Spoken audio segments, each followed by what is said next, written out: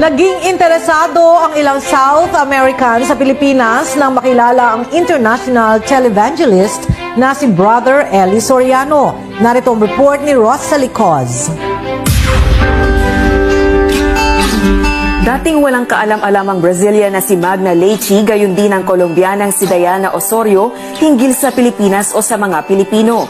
Hindi pa sila nabibisita sa Pilipinas. Ang bansang Brazil at Colombia ay kabilang sa rehiyong South America na libu-libong milya ang layo sa Southeast Asia kung nasaan ang Pilipinas. Gayunman, nagkaroon sila ng interes sa Pilipinas nang marinig ang international evangelist na si Brother Eli Soriano. Ayon sa kanila, likas na masisipag ang mga Pilipino dahil nakita nila ang ginagawang pangangaral ni Brother Eli at ang serbisyo publiko ng Members Church of God International.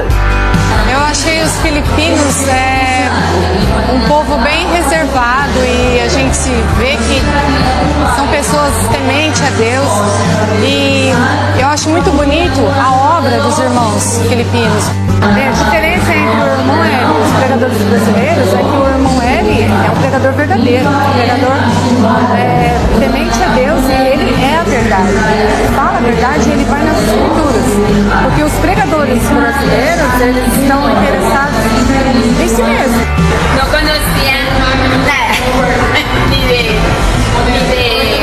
ni Filipinas, ni de cómo eran los filipinos.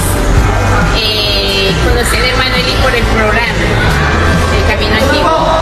Para naman sa 48-year-old na Colombian na si Ever, nais niyang bumisita sa Pilipinas balang araw at makadalaw kung saan mismo nagbuhat ang pangangaral ni Brother Eli. Nos da mucha alegría y mucho interés en empezar a investigar sobre Filipinas.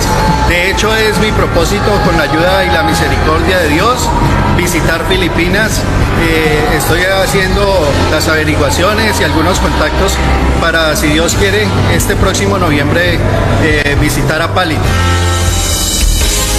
Kasabay ng 3 araw na International Thanksgiving ng Members Church of God International, ipinagdiwang ni Brother Eli ang kanyang ika-54 na taong paglilingkod sa Diyos at sa mga kapwa-tao.